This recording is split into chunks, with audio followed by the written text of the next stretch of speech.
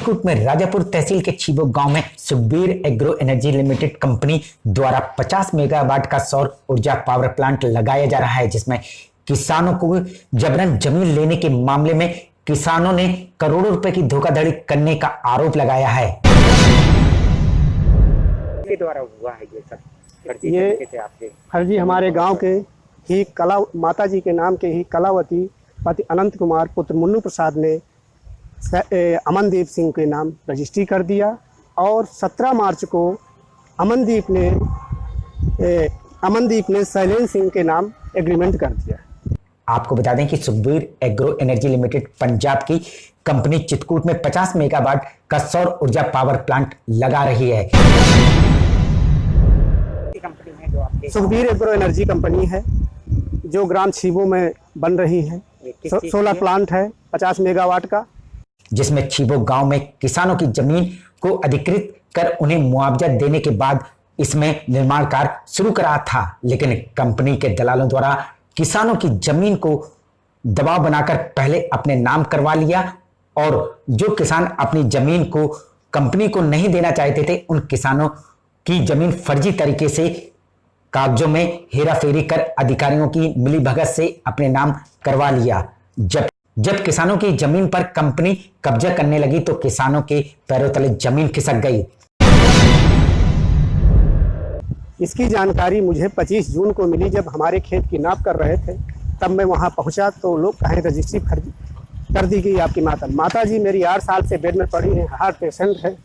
इसके बाद भी उन लोगों ने मुझे कहा कि नहीं आपकी माताजी ने कर दिया। पीड़ित किसानों ने कंपनी के खिलाफ थाने में मुकदमा दर्ज करा दिया, लेकिन अभी तक आरोपियों के खिलाफ कोई कार्रवाई नहीं हुई।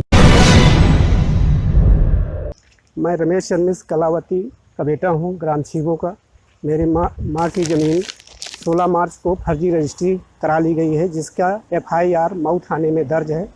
आज 17-18 दिन हो गए, अभी मुलजिम उसी तरह फरार गांव में घूम रहे हैं। उन पर कोई कार्रवाई गिरफ्तारी नहीं की जा रही। पीड़ित किसानों को मुकदमा वापसी लेने के लिए लगातार धमकी दी जा रही है।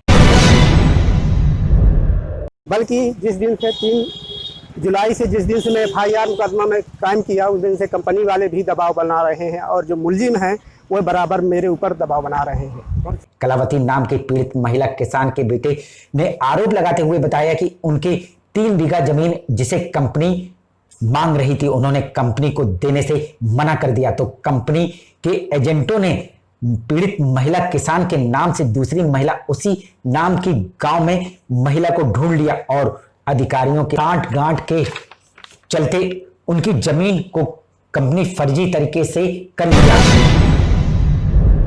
और उसी एजेंट और कुछ दलाल मिलकर माताजी की जैसे कलावती पत्नी अनंत कुमार मिश्र देशराज है, उसी तरह कलावती पति अनंत कुमार मुन्नू प्रसाद को खोज करके उसको जो है लालच दे करके कंपनी वालों ने, सुखबीर एनर्जी के कंपनी वालों ने, अमनदीप सिंह ने 16 मार्च को रजिस्ट्री करा लिया। 16 मार्च को जब रजिस्ट्री हो गई, उनको पता चला कि रजिस्ट्री फर्जी है। इसके पहले कूट रचित दस्तावेज तैयार करके 17 मार्च को शैलेंद्र सिंह पुत्र सुजान सिंह के नाम एग्रीमेंट कर दिया। जब उनको पता चला तो उन्होंने थाने में मुकदमा पंजीकृत करा दिया, लेकिन इस मामले में अभी तक कोई कार्रवाई नहीं हुई। ऐसा ही दूसरा मामला सिद्ध गोपाल नाम के किसान के साथ हुआ, जो किसान के भाई से उसकी भी पूरी जमीन अपने नाम करवा लिया, जिसमें कंपनी द्वारा करोड़ों रुपए की धोखाधड़ी का मामला सामने आया हुआ है। हमारे यहाँ सोलर ऊर्जा plant agro company, Sukhbir agro company हमारे यहाँ आई। हम नहीं थे घर पर, रोजी रोटी के लिए बाहर गए थे। हमारे पिताजी साधारण किसान होने के बावजूद उनके पास आए कि अपनी भूमि हमें कंपनी के नाम बिक्री करो।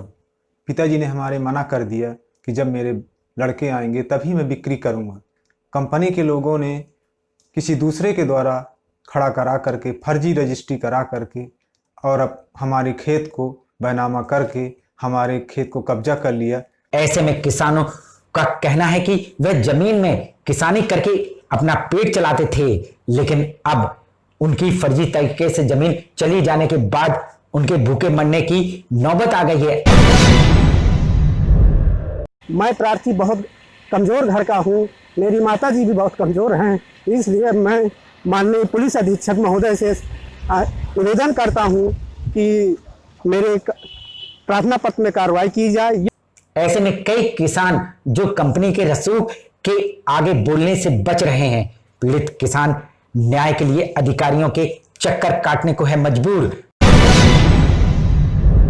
गांव में कम से कम ऐसे 25-30 आदमी से ऊपर ही पीड़ित होंगे, लेकिन अभी मेरा मामला उभार में आया है। इस मामले को सभी लोग गांव के दबाने की कोशिश में लगे हैं। वहीं इस मामले में प्रशासन ने चुप्पी साध ली है और कैमरे के सामने कुछ भी कहने से मना किया है। हालांकि जिलाधिकारी ने एसडीएम से जांच कराने के बाद कार्रवाई करने की बात कही है। मैं आज माननीय कप्तान साहब के पास आया, पुलिस अधीक्षक महोदय चित्रकूट, और उनको आवेदन दिया। उन्होंने आश्वासन दिया कि इसमें हम कार्रवाई करने को आदेशित करेंगे।